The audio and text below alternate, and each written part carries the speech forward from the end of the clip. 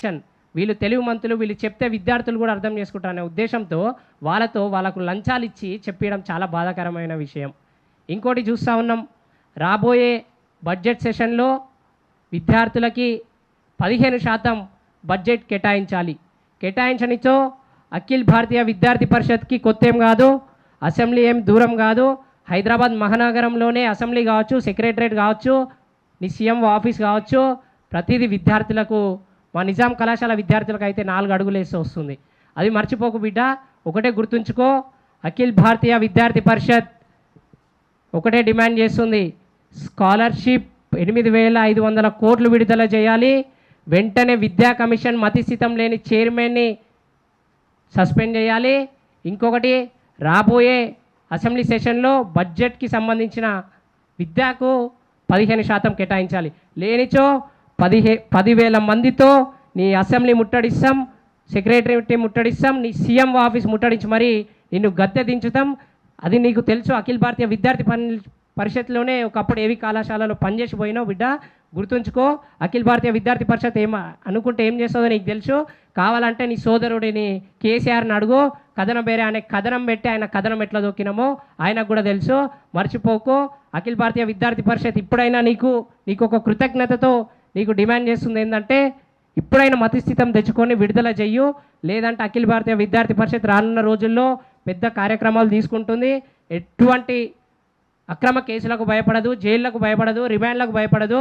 గుర్తుంచుకో బిడ్డ, రాబోయే రోజులలో నీకు కథనం మొదలైందని చెప్పేసి చెప్తున్నా. ఖబర్దార్ రేవంత్ రెడ్డి.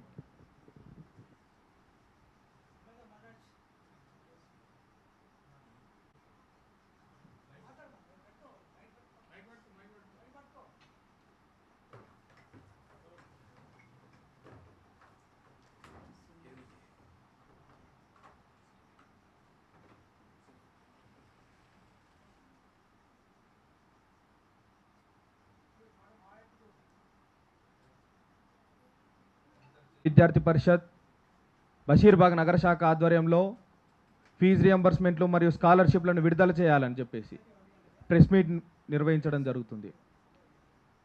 తెలంగాణ ప్రభుత్వం చిత్తశుద్ధి ఎట్లుందంటే, 8,500 కోట్ల రూపాయల స్కాలర్షిప్లను విడుదల చేయాలంటే ఒక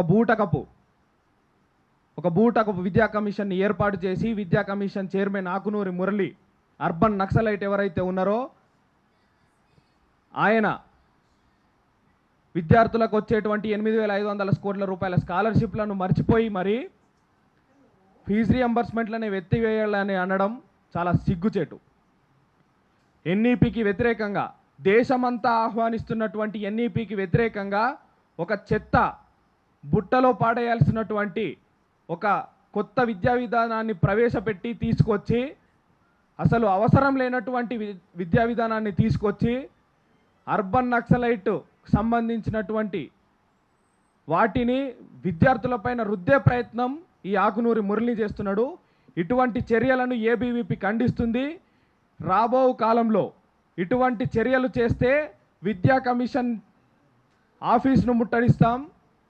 ఈ తెలంగాణ రాష్ట్రంలోని విద్యార్థులందరూ ప్రశాంతంగా చదువుకోవాలి. ఆ చదువుకు అనుకూలంగా ఏదైనా అవకాశాలుంటే, సజెషన్స్ ఉంటే చెప్పాలి. కానీ మీ భావాలను దానిపైన రుద్ది ఫీజు రియంబర్స్మెంట్ స్కాలర్షిప్లను ఎత్తివేయడము, స్కూళ్ళను ఎత్తివేయడము లాంటి పనులు చేస్తే మాత్రం బాగుండదు అని చెప్పేసి అఖిల్ భారతీయ విద్యార్థి పరిషత్ హెచ్చరిస్తుంది.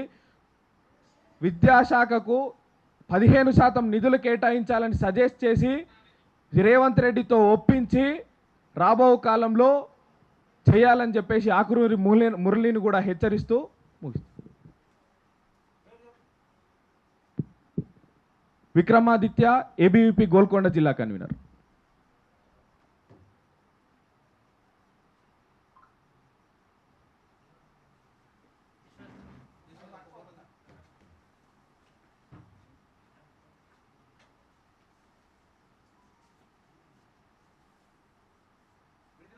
పెండింగ్లో ఉన్నటువంటి ఫీజు రియంబర్స్మెంట్ స్కాలర్షిప్లను వెంటనే విడుదల చేయాలి. పెండింగ్లో ఉన్నటువంటి మిస్ బకాయిలను వెంటనే విడుదల చేయాలి.